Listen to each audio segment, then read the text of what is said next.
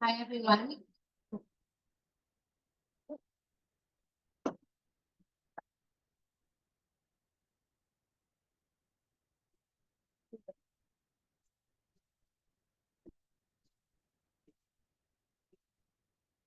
Okay.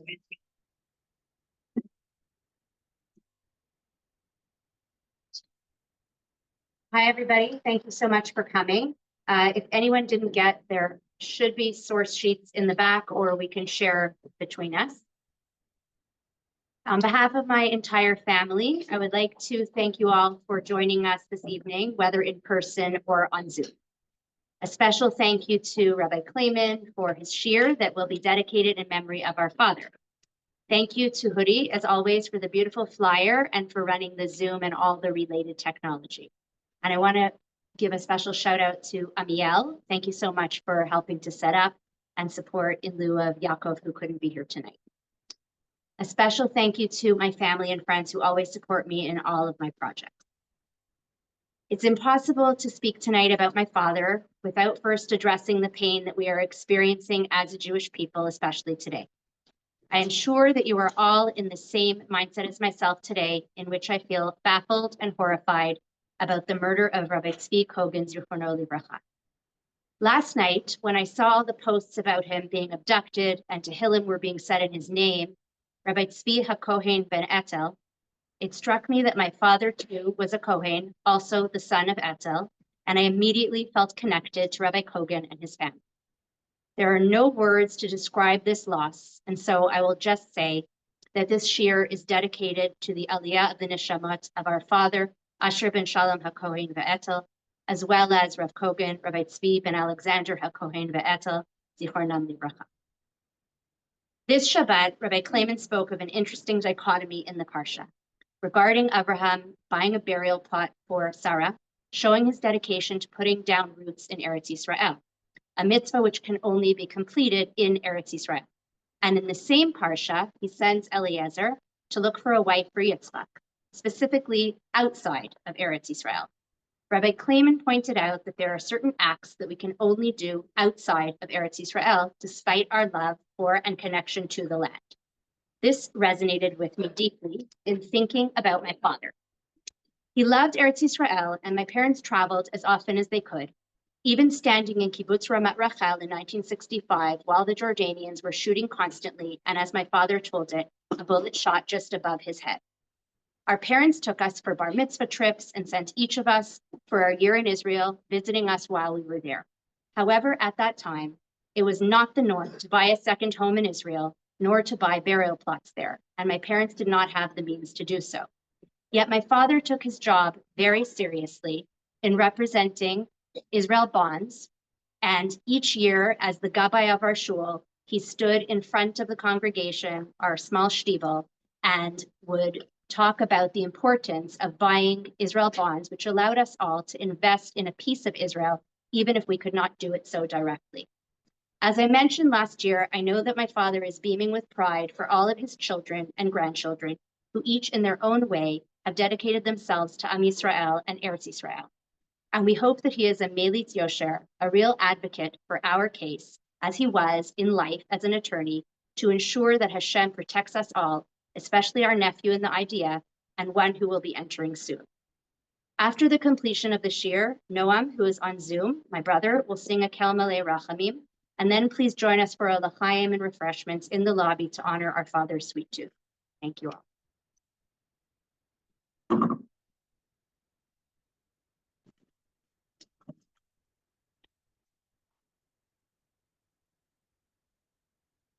Thank you very much, Rachel. Beautiful introduction indeed. Today is a heavy day, I feel like every day has been a heavy day. We're just waiting for good news, and today is not one of those days that we woke up to the news that we wanted. And your late father, Osher ben Shlomo HaKohen, should be Melitz Yosher. The late Rabbi Kogan should be a Melitz Yosher, and we should hear good news, Yeshuos, Menachamos for the Jewish people in Israel. I want to acknowledge the presence of my dear friend Rabbi Ari Faust, Rosh Kol Tarmitzir. Thank you for coming. Pleasure to have you here. Thank you, Rachel, for having me once again for this shiur. It's my favorite shiur to give every year because I don't have to worry about the video. It's taken care of in-house. So Yasher Koach. So the topic for tonight is, the title is Between Praising and Asking, Rain and Our Connection to Israel.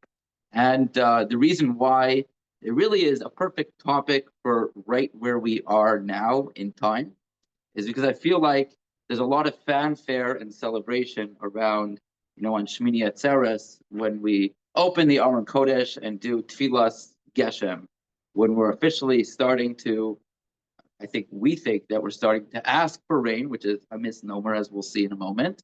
But we actually don't start asking for rain until, well, it depends. If you're in Israel, on the 7th day of Cheshvan, which already was.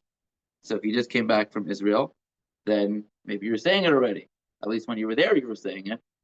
But over here, outside of Israel, anywhere outside of Israel, so we actually wait, if you look at source number 2, which we could jump to for a second, till December 4th, or in the leap year, before the silver leap year, we do on December 5th, right? So there's a significant gap between when in Israel they start asking for the rain. We'll explain exactly what that means in a second for those that are unfamiliar. And when we start asking for the rain in the diaspora, because they started already in the 7th of Cheshvan, which was a couple weeks ago. But here in Canada and everywhere else in the world other than Israel, it's not till December 4th or 5th that we're going to start asking for the rain. But either way, if you're from Israel or from Montreal, around the world, we all said Tfilat Geshem on Shmini Atzeres. So there's always going to be a gap between those two. So where we are right now, what's the date today? November the 24th. We are in between those two slots. So we are actually, again, since we're outside of Israel, we're right in middle of when we did Tfilat Geshem, but we haven't yet added to our Amidah, V'sein Tal Umata Lebracha. We still are in, as you see behind me, V'tein Bracha, and this little sign that we have telling people what to say, right, during the Amidah, right? So we're right in between those. So I want to try to understand what that means together. And really tonight we'll have part 1 and part 2 of this year. The first part will be a little bit more of a technical understanding as to why we delay and why there are different delay tactics, depending whether if you're in Israel or in the diaspora, and just try to understand, I think, a question which everyone who's thought of it is bothered by. When we in the diaspora start to actually ask for rain, it's the absolute only thing that we pinpoint and designate with the solar calendar, aka the secular year, December 4th or 5th. Every other timestamp or checkpoint that we have in the entire calendar is a Hebrew date, right? The lunar calendar, right? The 12 of the Jew. This is the only thing that you open up a siddur and it says on December 4th or December 5th. It's the only secular date that we use to mark, to timestamp when we do certain things or when we don't do certain things. So that's, I think, just an interesting thing to educate about. So we're going to do that, and then we'll get into a little bit of kind of more of the macro meaning, hashkafa, idea of what the reality of the rain and how it comes or how it doesn't come in Israel and how that affects our connection to Israel, and more importantly, how that aspect of Israel affects our connection and relationship to Hashem, to God. So it's part 1 and part 2. So the first thing, just to clarify, very important, it's source number 1. If you came and you walked away just with this factoid of our Amidah, of our Shemona Esrei, of our silent prayers that we do 3 times a day, Dayenu, don't leave after this. But if you just got this, there's going to be a few excellent Dayenu moments because it's a few beautiful sources here.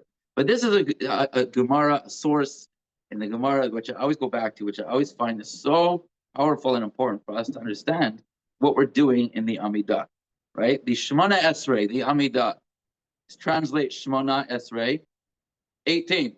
How many brachos are in the 18? 19. Classic Jewish thing. Do the Shemona Esrei, which has 19 brachos. Classic, right?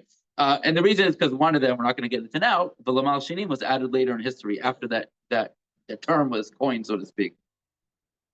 But so here it explains that even though there's 19, we really have to look at it as 3 13, 3, right? There's 3 triplets on the front and back end.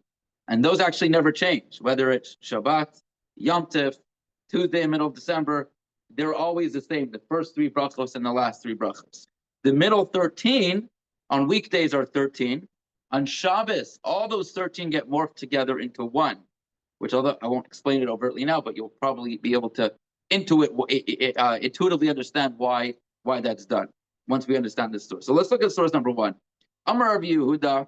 Rabbi Yehuda says, "Lo olam al yishal adam tzrachav, lo b'shalosh rishonot, v'lo b'shalosh achronot, ella be'emtziot." Do not ask for things during the first 3 or during the last 3 brachos. That's not what you're doing. That's not the modality of prayer that you're engaging in God the first and last 3. It's just not what they're doing. It's not what they're communicating. The Amar Reb Chanina said, the great Rabbi Reb Chanina, Rishona is doma le'evet shemesader shevach lifnei Rabba. The first 3 are like someone who's just praising their master, like a slave, a servant that's praising their master, not asking for anything. It's just say, wow, I have such a good master, pays me so well, treats my family so well, respects me like a human, says thank you, says please, just praising, praise. And so is doma le'evet shemet vakesh pras mi Rabbo. The middle 13 that's when we're asking for things. And achrona is doma le'evet shekibel pras mi Rabbo benifter v'holechlo. You have received the gift, and it's called hoda'ah. You're thanking your master. So the first 3 you're praising, the middle 13 you're asking, and the last 3 you are thanking. Which, by the way, is such an important. It's said in the realm of between man and God. But you can apply this between one another. Before you ask for anything, first, at least yourself, appreciate who you're talking to, and even maybe let them know how much you appreciate the presence in your life. Then ask, and then think. Right? But to go in and just to start asking before you engage in a complimentary conversation, we're not talking about buttering up in a non-sincere way, in a sincere way. And it's exactly what we do 3 times a day when we take the 3 steps back and 3 steps forward. First 3 brachos we praise, the middle 13 we ask, and the last 3 we think. Okay? You're not allowed to ask for personal things on Shabbos. So guess what we do to the middle 13? Throw them out the window and replace it with 1 bracha mekadesh et Shabbat, Hashem sanctified Shabbos. But we don't actually ask for anything on Shabbos because you're not allowed to ask for anything personal on Shabbos. So the middle 13 vanish. That's why the Amidah is so much faster on Shabbos compared to the week. Why is this important for our context? So after we do Tfilat Geshem on Shmini Atzeret, what do we add? Mashiva Ruach Umorid Geshem. Where do we add it? We add it right at the beginning of the second bracha. Right? It's not actually so important where in the second bracha it is. It's just important that it's somewhere in the second bracha. Okay, so what's going on in the second bracha? It's part of the first 3. So are we asking for anything? No. We're praising Hashem. We're praising God for having the power, having the dominion that He could make it rain. But we're not asking to make it rain. So if you're closing your eyes, right, and you're saying, Mashi Vurach Kamar Geshem, Hashem, please bring rain to Israel. It's a dry season. It's like a non sequitur. It's just not the modality of prayer that's happening. Really, you're supposed to be thinking, wow, God, you're so powerful. You have the ability to bring rain, just like you could bring back the dead. Just like you were like Abraham, Yitzchak, Yaakov. You were the God, the stories that we're reading in the Parsha right now that they were davening to. You were the God that made the miracles happen and gave the covenant of Eretz Yisrael and children, promised Yitzchak to Abraham, promised Yaakov to Yitzchak, promised the land to all 3 of them. And like you should be reviewing those stories. Like, wow, this is the God that we've been reading about during the entire Sefer Bereshis, right? When He says, Kel Shakai, I appeared to your father. That's you. It's like praising the Almighty for everything He is, included in the so to speak resume of what we're appreciating that God could do is He can bring the rain. That's what we're saying when we say Mashiv Haruach Omorid HaGeshem. So till this day, November 24th, I think we said is today, we have not yet collectively in the diaspora asked Hashem, God, for 1 drop of rain. We've every day praised Him for being able to bring the rain, but we haven't actually asked Him to bring the rain just yet. That all starts when we switch from V'tein bracha to V'sein tal umatar levracha. What bracha does that happen in? Is it the 9th? Trusting you here. It's the 9th bracha. Confident about that. It's definitely in the middle of 13 brachas, right? It's the 9th bracha. So if it's the 9th bracha, that's already when we flipped to the modality of bakasha. First is shevach, verse 3. Middle of 13 is bakasha. And the last 3 is hoda, right? Is things. So it's the middle. So that's when we're actually asking for things. So when do we start switching? So in Israel, we switch. In that 9th bracha, source number 2, in Israel we start on the 7th of Cheshvan, which is already a couple weeks ago, and in the diaspora it's going to be on the 4th of December. So where does that come from? Why is that? Why like even in Israel, why is there a separation? Usually you would think the moment you start praising God for being able to make it rain, you should also start asking Him to make it rain. How come there's that gap? So for that, there is a Mishnah, source number 3, in Tainus Daf Yud Amud Aleph, and the Mishnah says like this: Bishlosha, right at the bottom of the first page.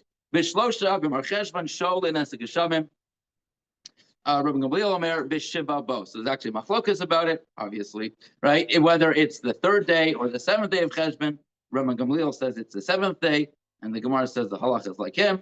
And Chamisha Asar Yom Achar Hachag, which is 50 days after Sukkot is over. Kadeshi Agia Achron Shav Yisrael Lin Nahar Pras. So why is it that we wait? We don't ask for rain when we do Tfilat Geshem, because if it starts, if our prayers are accepted right away, and on Shmini Atzeret, it starts thunderstorming and rain starts falling, who just traveled to Yerushalayim?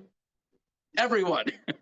It's going to be really hard to travel back home if you live down south or all the way up north. It's going to be a lot harder to get home, especially back in the day when the roads were dirt and you were on horse and buggy, right? But even today, travel gets complicated, more complicated when it's raining, especially if it's raining hard. So even though we start praising Hashem as part of Shmini Atzeret, but we don't want to ask for it until we know all our friends and family, us included, have gotten home safely.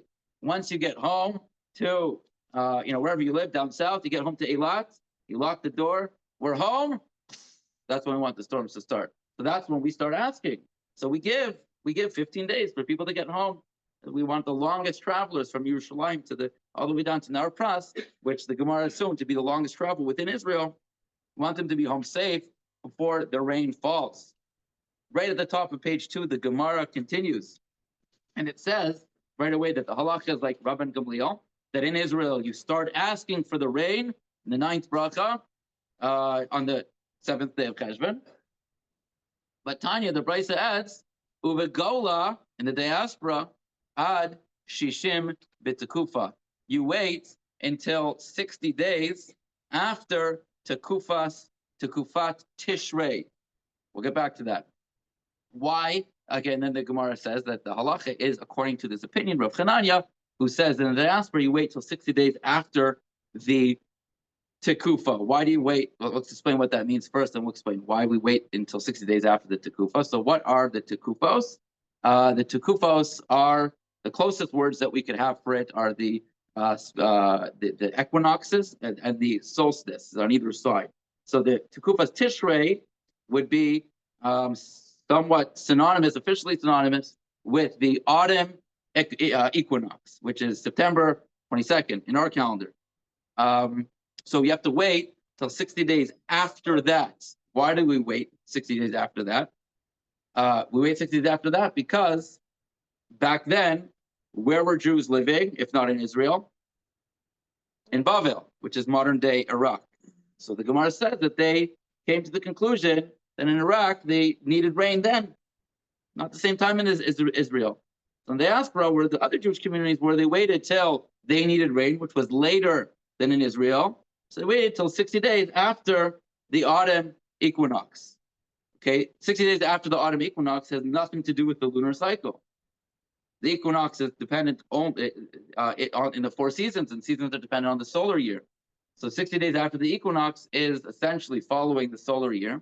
And that's why we still today follow the solar calendar when it comes to deciding when in the diaspora we say we start asking for the rain.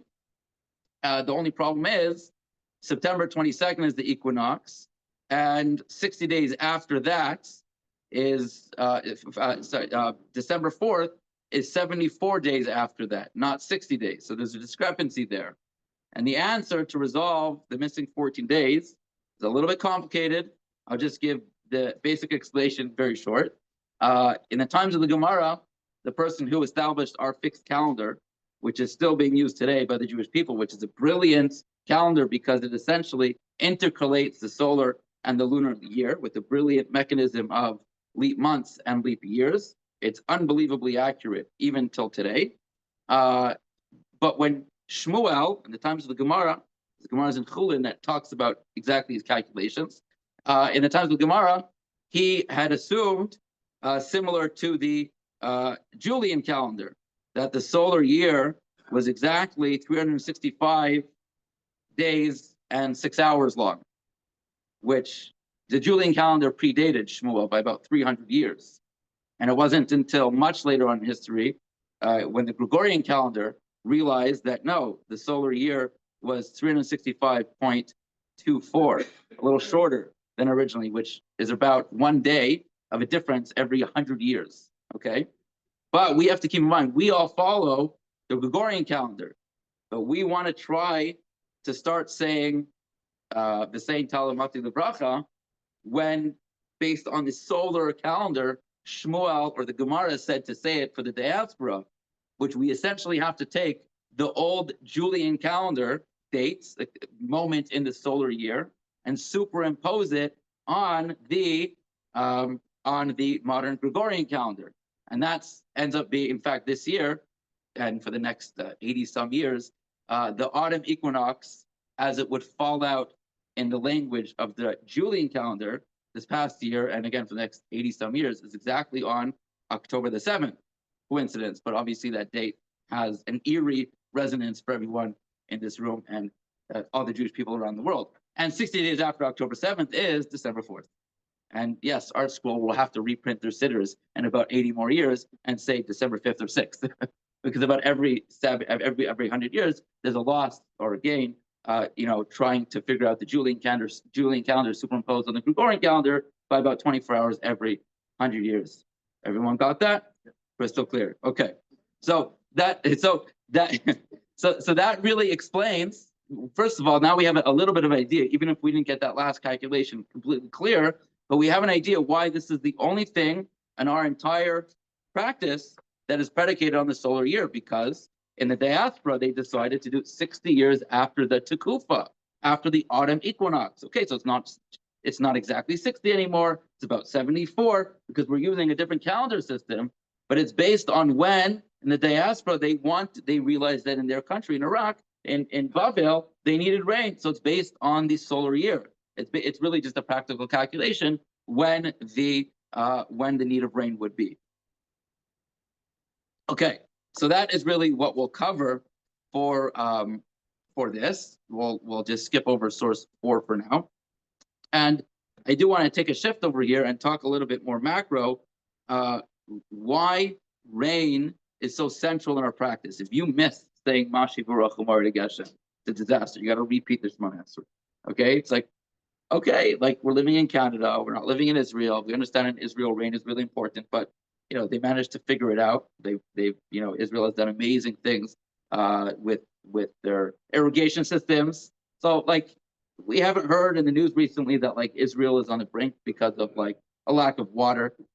So it seems like a very arcane practice that if you miss asking for the rain or praising for the rain, you have to repeat the whole Amidah. I mean, it's not something which is so central to our life. So I want to try to discuss and understand why it is seen to be such a central factor to our lives, again, manifested in this halacha, that you have to repeat the Amidah if you make a mistake, repeat the Shema Esrei if you make a mistake, and don't ask for it when you're supposed to ask for it, or if you did ask for it when you weren't supposed to ask for it, it creates a whole mess. You have to repeat the Shema Esrei. Why is it so central? So if you look in the Psukim in the Torah, towards the bottom of the second page, you'll see part 2, depending on Hashem, depending on God.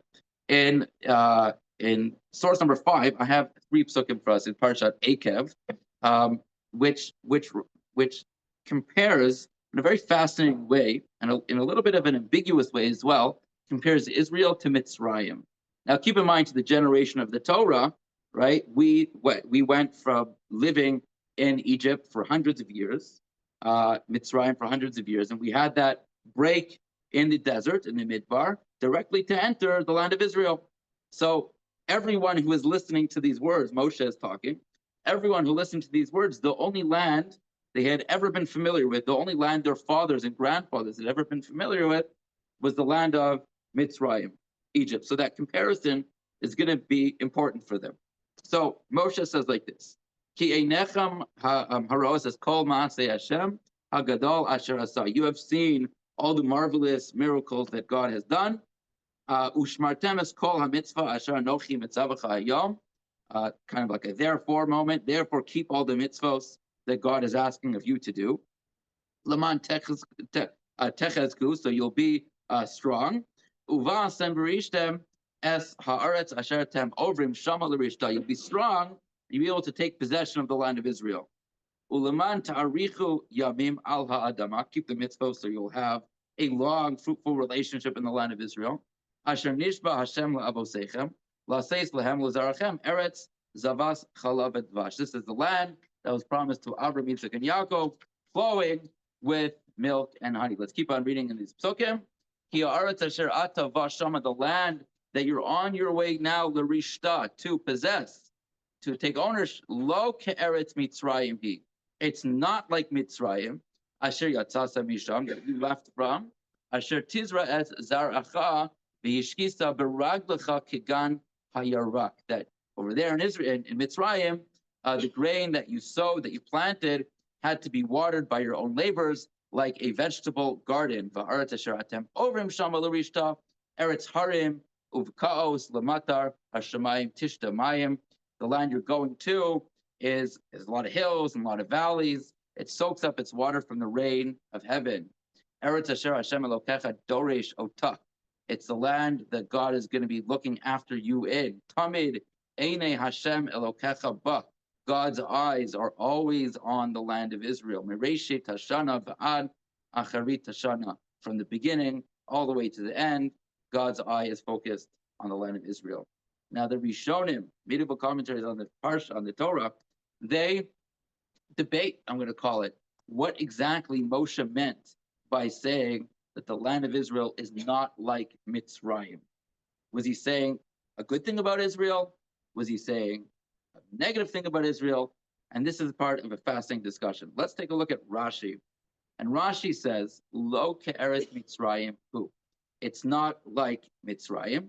Ella tova heimena. It's better, right? It's better than Mitzrayim. V'nemar havtachazu l'Yisrael b'yitziasam in Mitzrayim. He mentions it specifically now as like an assurance, because everyone was saying, well, if you took me out of there, where we're going we hope it's going to be at least as good or better. So Moshe is saying it's going to be better. It's going to be better. Okay. Shayu omrim shama lo navo al eretz tova yafa kazu. Perhaps we shall not come to a land that's as beautiful as the land we were forced out of, Mitzrayim. This is essentially Moshe representing God, calming their nerves and saying, no, where you're going is going to be even better. Okay, and Rashi now goes, just going to peruse through it very quickly, but I'll leave it for you for later. The next paragraph of Rashi, he does gymnastics, fancy footwork, to prove that Israel is better than Mitzrayim. Right? He scratches his left ear with his right hand. He dances in a somersault. He brings a pasuk from earlier in the Torah in Bamidbar that Cham built both Tzoan for his son Mitzrayim, and then the same Cham, the same father, built Hebron for Canaan. Tzoan is in Mitzrayim. Hebron is obviously in Israel. And the way people work is they first build the better city, and then with the leftover material, they built the worst city. So if he built Hebron first, it must be Hebron is better than Mitzrayim. And then it also says Tzoan in Mitzrayim is the best part of Mitzrayim. Brings a pasuk from Yeshaya like that. And Hebron is actually the least fertile part of all of Israel. And still Hebron is better than Tzoan in Mitzrayim. So you see, the worst part of Israel is still better than the best part of Mitzrayim. But Rashi's really going out at all efforts to prove to us that, in fact, the analogy or the comparison in the Torah between Israel and Mitzrayim is actually that Israel is better. And he takes a whole long paragraph with a lot of technical jumps in order to prove to us that Israel is in fact better than Mitzrayim and in an agricultural sense. The Ramban, Nachmanides, in the next page, he disagrees with Rashi's interpretation. Take a look at this. He says, "Upshuto shamikra b'derech hazhara ne'amar." Really, if you read the psukim without being committed to a lot of fancy footwork, just a simple understanding, Moshe is actually warning the Jewish people.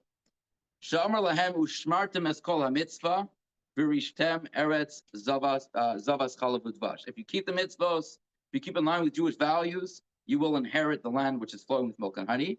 Ki Hashem yiten matar artzachem bi'ito, because Hashem will give the rain at its right time.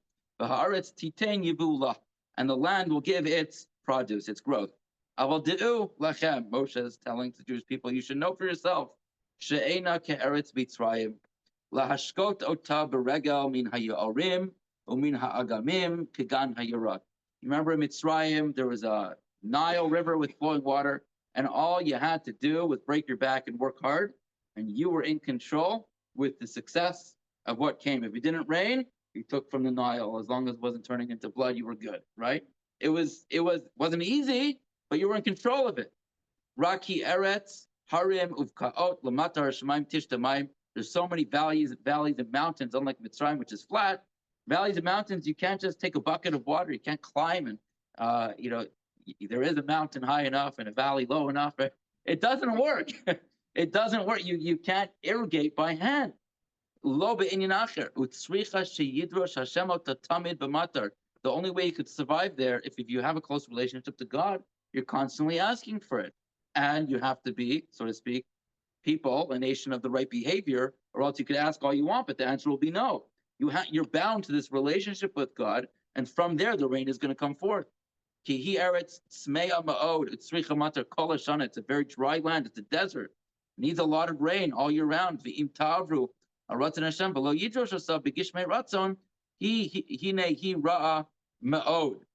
has the potential to be the most beautiful, flourishing green land, and it also has the potential to be the opposite, a dry land. If you ever read the very powerful words of Mark Twain when he visited, it was a desolate land with nothing growing, depressed, sad. The Ramban Nachmanides, actually, coincidentally, I think the same person we're reading right now, has a very similar description when he went to Israel the first time. He made it there. His shul is in the old city right outside the Kotel, right? He built a shul. He went to Yerushalayim. He couldn't find a minion, so he built a shul. But he describes also like there was nothing there. It was a barren land, echoing the words of Mark Twain, or vice versa. So it has the potential to be great. But the right people have to be there that are connected to God, that are asking for rain, and then the potential of Israel comes to bloom. Nothing will grow. And then it continues. And by the way, the very next psukim in Parshat Ekev that we just read is the second paragraph of Kriya Shema. What does the second paragraph of Kriya Shema say? That keep the mitzvos, and Hashem will make it rain, matar bi'ito, and everything will grow. And if he doesn't, if we don't listen to the Torah, so then how does God punish the Jewish people? By withholding the rain. It's like the rain is like indicative of that relationship. Fine. What's so fascinating to note is, we have this rosy, unbelievable picture in our mind of the years in the desert with the manna, the man falling every day. And we had the Be'er of Miriam, fresh water following us in a miraculous way. I think we were all taught in kindergarten, and we held on to a lot of that our whole life, not critically. I think there's an aspect of it, the beauty. It could taste like any food you want, right? Chops, chopped steak, tastes like chopped steak. I like the mushroom chicken, right? Mushroom chicken tastes like I want sushi tonight. As long as there's no onion and no garlic, then you're good, right? Pretty bad, actually. No onion and garlic. Forget it, right? But we have this rosy picture of what it was like to have the man. But look what the Torah says. In source 8, the Torah says, Vayomer Hashem Moshe, hineni mamtir lachem. Mamtir, which means I'm going to rain onto you. So it's like the matar, the rain. So there's this connecting or sustenance of food to the rain, which is really not a big jump to make, because even nowadays, rain makes food grow. Over here, the food came down from heaven, so it's called raining. I mean, why is the Torah using the verb, I'm going to rain onto you? It's not water. To us, rain means precipitation coming from the sky to the ground. But it doesn't mean that in the Torah perspective. In the Torah perspective, what rain means is the source of sustenance. So therefore, when the man is falling from the sky, it's called raining. When in the more modern, scientific, pragmatic world, when we don't have open miracles, we have the rain that falls that makes the food grow. So that's also the same word in the Torah, right? But there's going to be this sustenance that comes straight from heaven.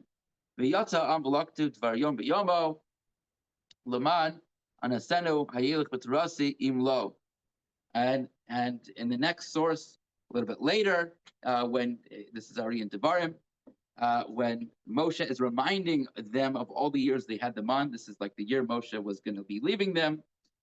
He says, you ate this type of food that your fathers and forefathers never saw. In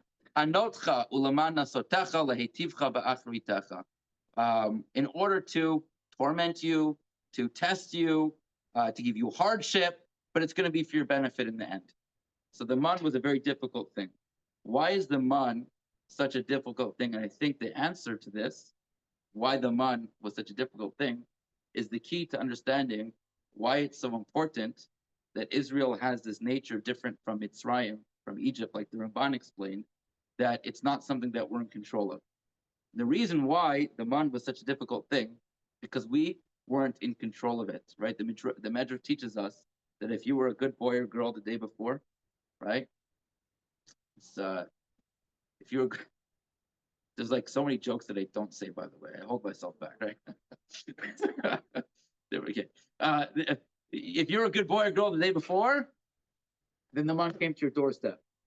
But if it didn't, you had to travel very far, sometimes very far, right? And you can't, even if something's hard, if it's within your control, it's emotionally so much easier. Like my daughter, Kayla, she's just discovering her independence very quickly, actually. So when she eats, now she's going through a stage, and I think it's so powerful because I think we all relate to this deeply in just basic human, what we need, our human needs, which is she needs to hold the food. She no longer opens her mouth and lets us feed her. She needs to hold the fork. She needs to hold the spoon with soup on it, although she hasn't discovered gravity yet, apparently, right? But it's showing that, no, I'm in charge. Like, I have to feed myself. And we all feel that way. It's such a powerful thing. It's such a powerful thing. And this is an idea that Rav Hutner writes about in his essays on Hanukkah, actually. But, we talked about the Amidah. The first three are Shabbat, praise. The middle three are asking, Bakasha. The last three are thanking, Hoda'ah. In Hebrew, Hoda'ah means to thank, but that same word means to admit. And like Modelacha, I thank you. And in Talmudic literature, I believe also modern Hebrew as well, that Hodat Balden, when the person in the court case admits that he's wrong. So it's like Kameya Edim Dami. It's like 100 witnesses come. If he himself is saying, I'm guilty, we believe him.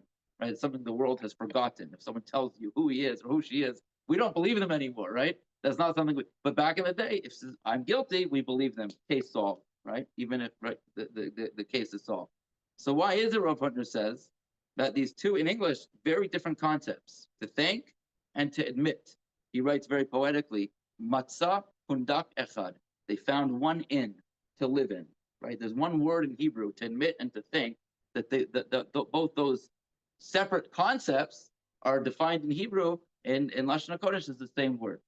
And he writes so powerfully, he says, because every human wants to feel in control.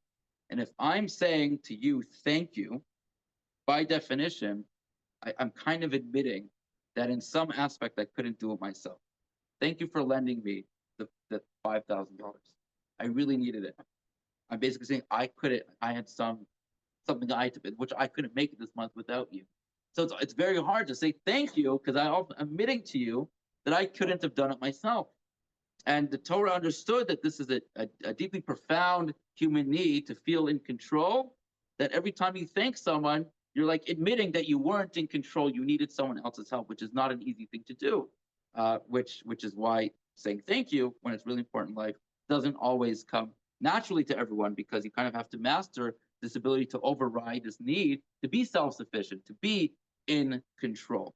And you have I think this is a beautiful and very deeply meaningful understanding as to why, the years of the man falling on our doorsteps wasn't as flowery and as beautiful as we remember it, right? Moshe is saying, remember the years of the man where you were tormented because they were coming from Egypt. What is Egypt? Egypt is a place of paganism. The difference between pagan culture and the culture of Shema Yisrael, Adonai Eloheinu, Adonai Echad, is who is in control, God or us. In the pagan world, I'm in control. If I need something, I'm going through a health struggle, so I go to the God of health. I bribe him or her, and he gives me what I want. But I'm in control, right? I'm forcing the gods, right? The gods, I need money, so I go to the God of wealth. But I'm in control. The beauty of having many gods is that I'm in control and I tell them what to do. But if there's one God, there's a lot of accountability, and he's in control, not us. And that really is the shift that we're experiencing in the Torah now through Avram's spiritual revolution in the world, that he was trying to shift the world away from your control to God is in control. The most amazing thing to think about is, Pesach, which represents the Jewish people leaving Mitzrayim, not just physically, but culturally and spiritually as well. Right before Pesach, what did we do? We did this funny thing where we took a lamb, right? A lamb, and we tied it to our bedpost, we shechted it, and that's what we ate on the Seder, right? But why was that so important? We know, again, we learned in kindergarten that the lamb was the god of the Egyptians, and it was a crazy thing to do. And it was a miracle that they didn't kill us for it. But what is the symbolism and why that was such a deep, iconoclastic move that we did while in Egypt? Because the reason why the Egyptians served the lamb is because the lamb, the sheep, is the quintessential animal which could be shepherded. Right? The sheep, they don't ask.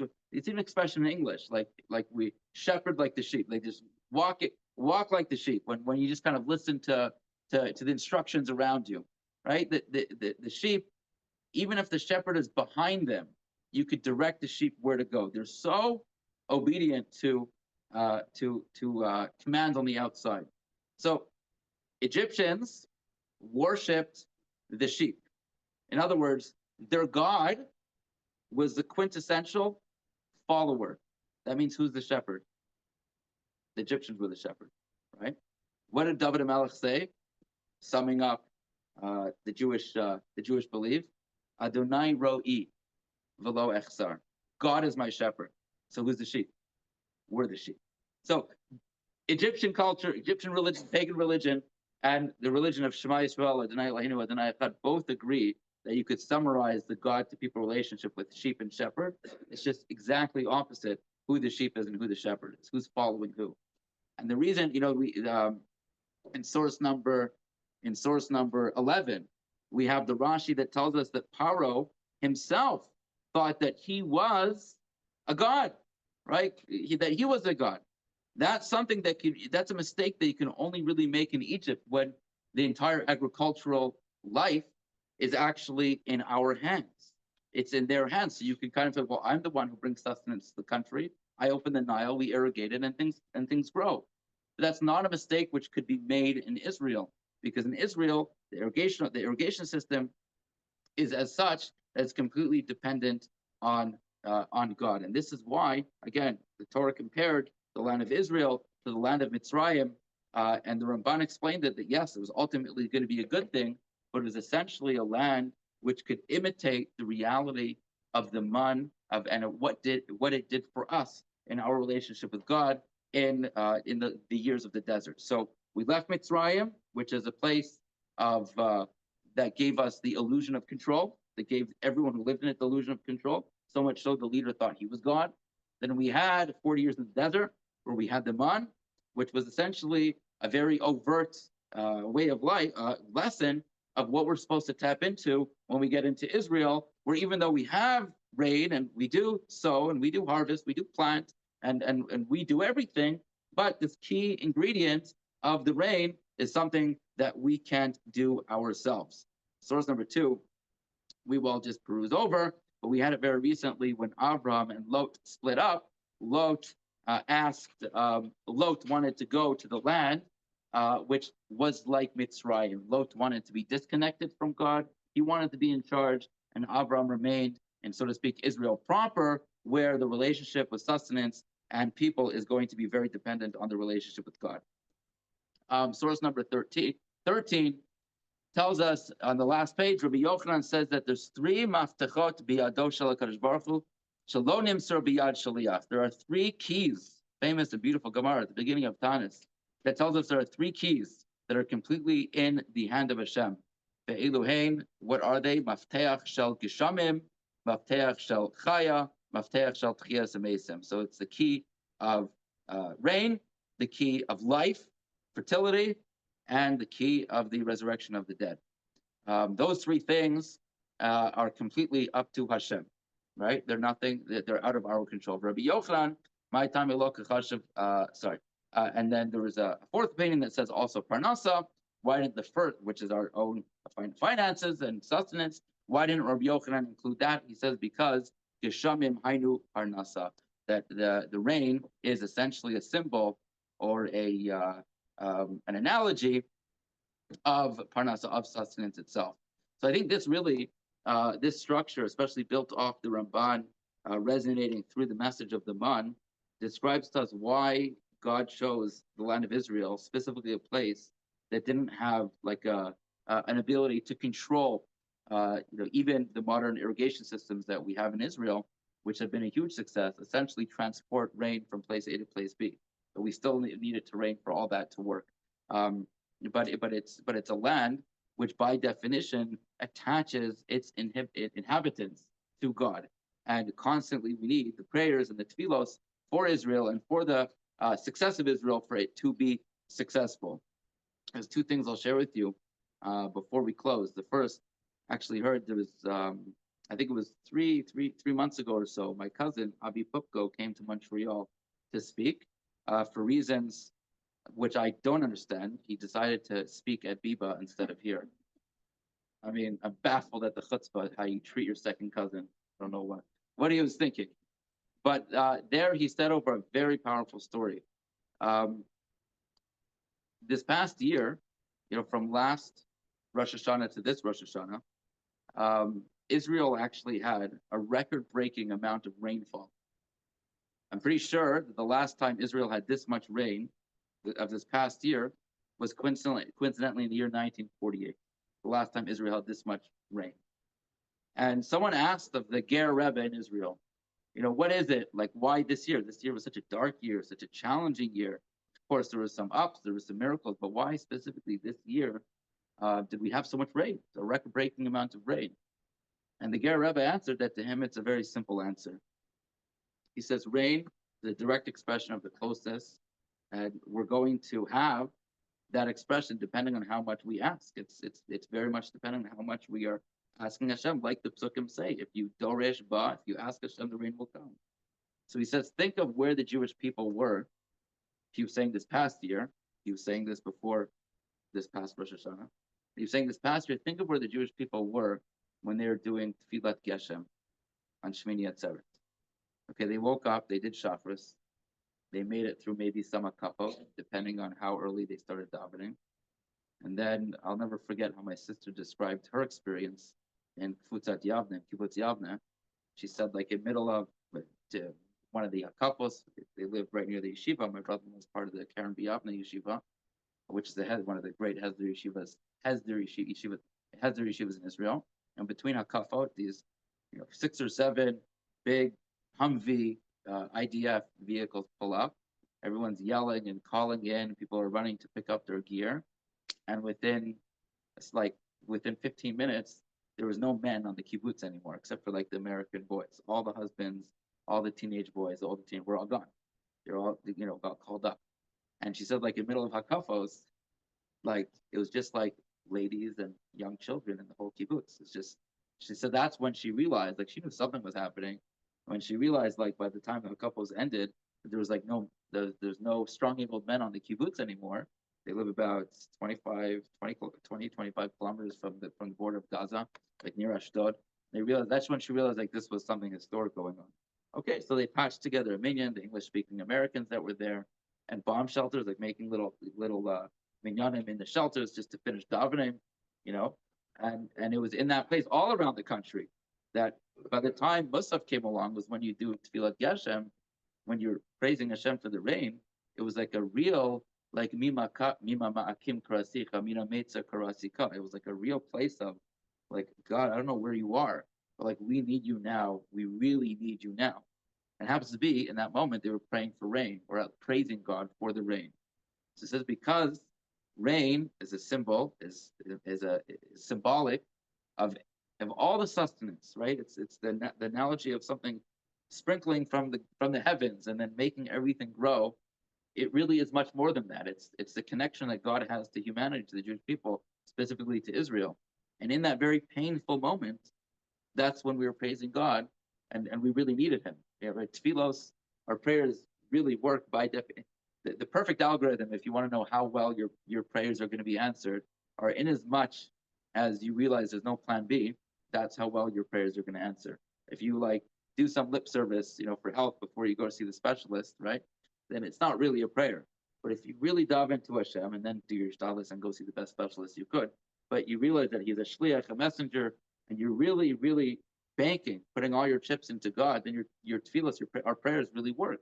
So in that moment of national bomb shelters, and in that moment we were davening and praising God for rain, like that national tefillah really worked, which ended up in a record-breaking year of rain. The last thing I'll share with you, which I don't advise to put into practice fully, there's a very interesting little discussion last year in the rabbi world, which obviously, unfortunately, is still pertinent this year, is that when we start asking for rain on December 4th, right, should we really start on December 4th? Because obviously we're praying for rain in Israel, but it actually makes, if it's raining, it makes it much harder for the soldiers, much harder for the war in general. It's much harder to do. So there was some discussion, instead of saying the same Tal Matar Levracha, we should add in extra things. If you look at source number 14, this is the suggestion of Rav Re'em HaKohen, who is the Rosh Yeshiva of one of the great yeshivas in Israel. And he has this whole paragraph. He says, no, you should say the same Tal Matar Levracha al Pnei Adama, b'marchavim bahem hageshem levracha, v'hiratzim l'fanecha shebesadeh hakrav lo yered geshem. It should rain in the fields, but it shouldn't rain on the war zones. Al kochoseinu nelchamim, on our soldiers that are fighting, as milchamas Hashem, the war of God, v'yered b'zaf. And he goes on and on, basically saying, let it rain in the fields of Kfar Maimon, but not on the other side. Kfar Maimon is like just a kilometer from the border of Gaza. But in Gaza, in Lebanon, it shouldn't be raining to make it easier for our soldiers. So again, this wasn't widely accepted. I'm sure in his yeshiva that it wasn't widely accepted, but I do think it's an important kavanah to have in mind this year. We believe that kavanah intent is just as powerful as the words we say. And when we start on the 4th of December, coming up very soon, in about a week, when we start asking Hashem, not just praising, but asking Hashem for rain, we should include in our thought process that it should be only lebracha, it should only be for blessing, and the crops should grow. And when we go this year to visit for agricultural work, we should be told by the farmers that it's a great year for food, but it shouldn't affect negatively our war efforts, Chalila. It shouldn't affect negatively our soldiers, Chalila. And all the bracha, all the rain, all the geshamim should only bring lebracha. And with the merit of all our tefillos, our hostages should be home, and we should hear no more pain and suffering. Kalmali now.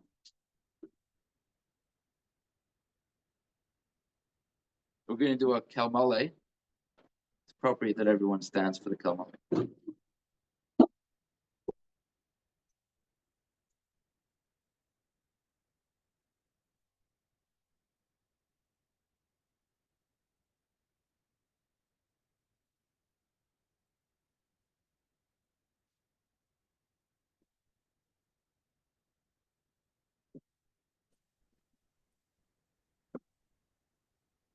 El mole rachamim, shochein bameromim,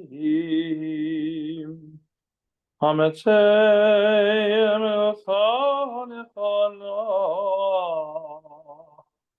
על כנפי השכינה. במעלות קדושים וטהורים, כזוהר הרקיע, מזהירים.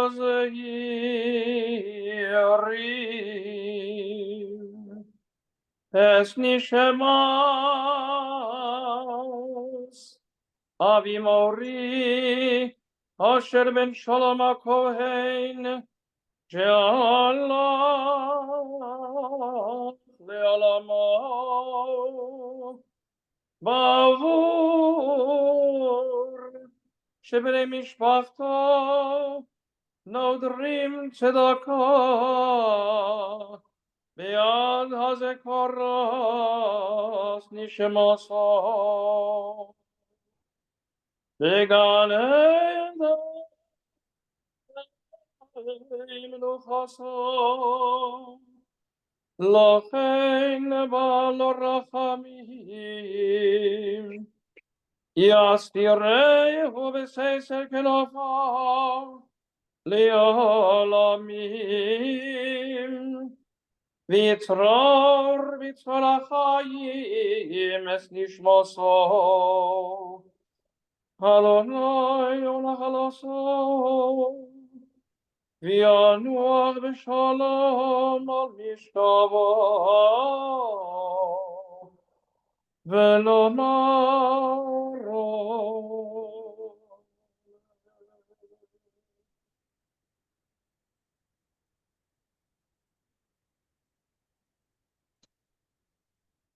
Everyone is invited for Chaim Amazonas. All the brachos should be Legal Nishmas Osher ben Shlomo Shalom. Shalom. Osher ben Shalom Hakom.